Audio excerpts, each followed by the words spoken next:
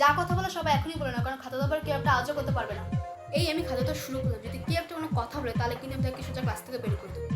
পরে আর কেউ তো কুল পাবে না। নাও সবাই চুপ করে পরীক্ষা দিবে, আমি যেন একটা আওয়াজও না শুনতে পাই। এই যে তুমি পেছনে কি পেছনে দেখাচ্ছ কেন? সামনে দেখো। এই যে সামনের জন, মাথা নিচু করে রাখো।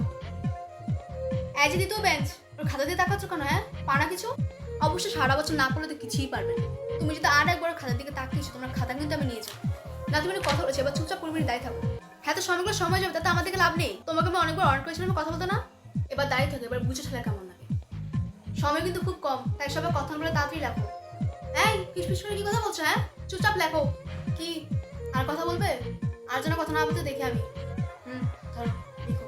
হ্যাঁ হ্যাঁ হ্যাঁ, এই যে আমার কান এখানে থাকলে কিন্তু আমার চোখ কিন্তু ওখানে আছে, আমি কিন্তু সব দেখছি। চুপচাপ নিজের খাতার দিকে তাকাও।